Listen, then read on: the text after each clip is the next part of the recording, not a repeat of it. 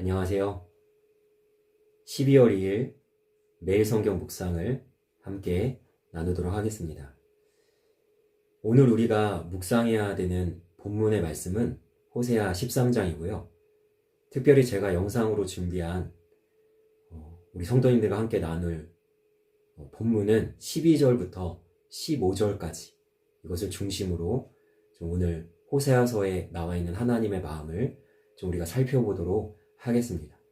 오늘 아침에 묵상을 해보신 분들은 느꼈겠지만 12절부터 15절까지 이어지는 이 본문의 내용이 참으로 우리를 당혹스럽게 합니다. 왜 그러냐면 12절에는 하나님께서 이렇게 얘기하세요. 이스라엘을 의미하는 에브라임을 향해서 에브라임아 너희의 죄악이 간직되었다. 하나님이 그것을 절대 간과하지 아니하시고 하나님의 형벌로 갚으실 것이다 선언하시고 그 이어지는 말씀이 뭐라 그러냐면 그 형벌의 고통은 여인이 해산하는 고통과도 같을 것이다 라고 아주 어쩌면 우리를 굉장히 잔혹한 하나님이 정말 사랑이 하는데 어떻게 이럴 수 있나 이런 말씀을 또 하시고 계십니다. 그리고 15절에는 뭐라고 하시냐면 이 형벌은요 동풍으로 인해서 오는데 여기서 동풍은 결국에는 주전 722년에 북이스라엘 멸망시킨 아수르를 의미합니다. 그래서 그것을 하나님께서 불러 모아서 결국에는 이스라엘을 멸망까지 가게 하시는 내용이 15절에 이제 나와 있어요. 그런데 우리를 정말 뭐야 이게 싶은 부분이 뭐냐면 바로 그 사이에 끼어 있는 14절 말씀입니다.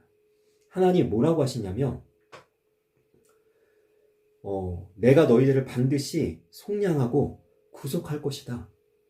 사망아 내 재앙이 어디 있느냐? 수호라 내 멸망이 어디 있느냐? 하나님이 죄악에 대한 형벌과 심판에 대한 말씀을 하시면서 이상하죠?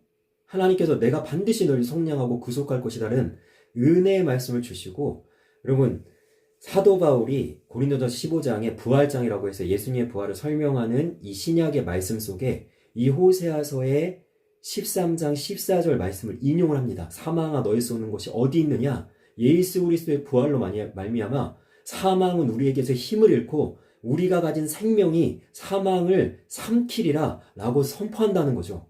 여러분 이것을 우리가 어떻게 이해해야 됩니까?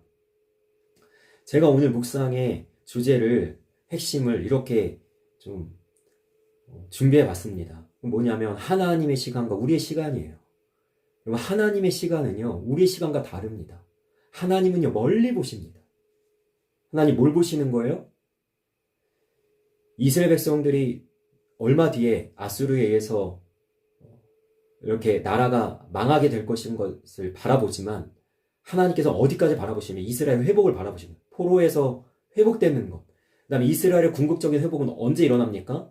메시아로서 예언된 예수 그리스도가 이 땅에 오시고 이스라엘의 구속을 이루심으로 말미암아 그들에게 온전한 회복이 이루어지고 우리에게도 마찬가지죠. 하나님께서 우리에게 잠깐의 그 과도기를 허락하셨어요. 예수님이 처음 오셨고 분명히 뭐라고 약속하셨습니까? 다시 오실 거다. 우리는 그 사이에 살아갑니다. 그런데 우리의 시선은 뭐냐면 우리는 근시안적이어서 눈앞에 있는 것만 보는 거예요. 이스라엘 백성들이요. 이 13장 12절 앞에 있는 내용을 보시면 하나님을 거부하고 하나님을 거역하고 그리고 하나님이 아닌 왕을 의지하고 우상 숭배하고 이렇게 한단 말이에요. 왜 그렇게 하냐? 하나님 내 환경이 이래요. 핑계 대는 거죠.